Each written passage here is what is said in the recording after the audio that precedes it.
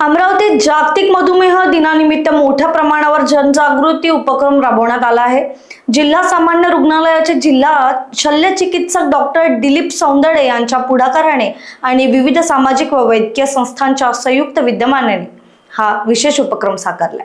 शिवटेकडी परिसरातून निसर्ग परिसर भ्रमण रॅलीला उत्साहपूर्ण सुरुवात झाली। डॉक्टर, नर्सेस, विद्यार्थी, सामाजिक संघटना आणि नागरिक अशा मोठ्या संख्येने लोकांनी रॅलीत सहभाग नोंदवला। मधुमेहाविषयी जागरूकता निर्माण करण्यासाठी पथनाट्याचेही आकर्षण सादरीकरण करण्यात आले।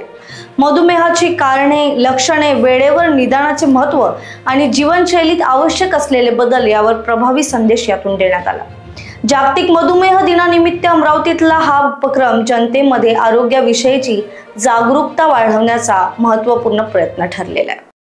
आज जागतिक मधुमेह दिनानिमित्त diabetic association Amravati, physician association Amravati, IMA Amravati, Panjabrao Deshmukh वैद्यकीय महाविद्यालय तसेच जिल्हा रुग्णालय यांच्या वतीने आपण ही रॅली अरेंज केलेली आहे। त्याच्यामध्ये rotary club of Amravati Nima आहे, होमिओपॅथिक संघटना आहे। हे सगळे विविध संघटना नेमून आपण हे जनजागृतीसाठी हा कार्यक्रम अरेंज केलेला आहे।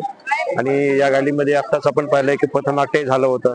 पथनाट्यामधून जे की आपण भाषणामधून मोठा संदेश देतो तर ते पथनाट्यामधून त्यांनी तो संदेश वेगळ्या पद्धतीने दिला।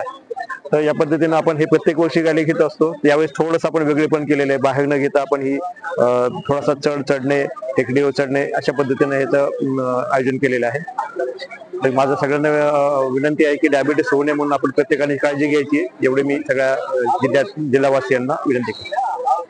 Bureau report, Lokvahini media, Amravati.